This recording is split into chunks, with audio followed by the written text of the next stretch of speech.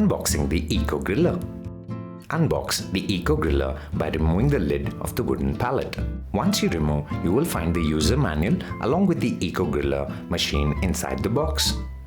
Make sure to read the user manual thoroughly and then begin the unwrapping process.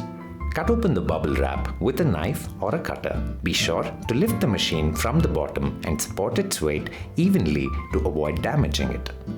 Lift the machine and place it on a table. The appropriate size for the table should be 2 by 2 square feet in dimension. Now, the Eco Griller machine is unboxed and ready for you to start the installation.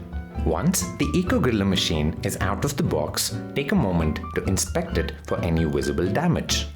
If you notice any dents, scratches or other damage, contact the manufacturer or the retailer immediately.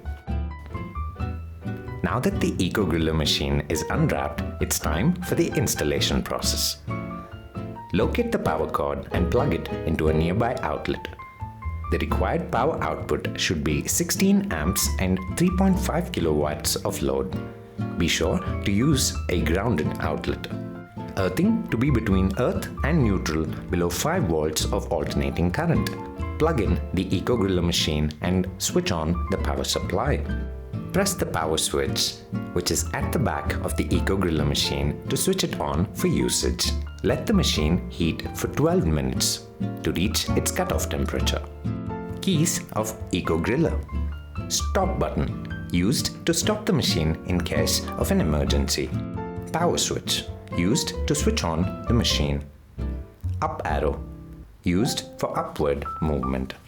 Down arrow, used for downward movement. Back button, used for accessing the settings page and also to go back to the previous page.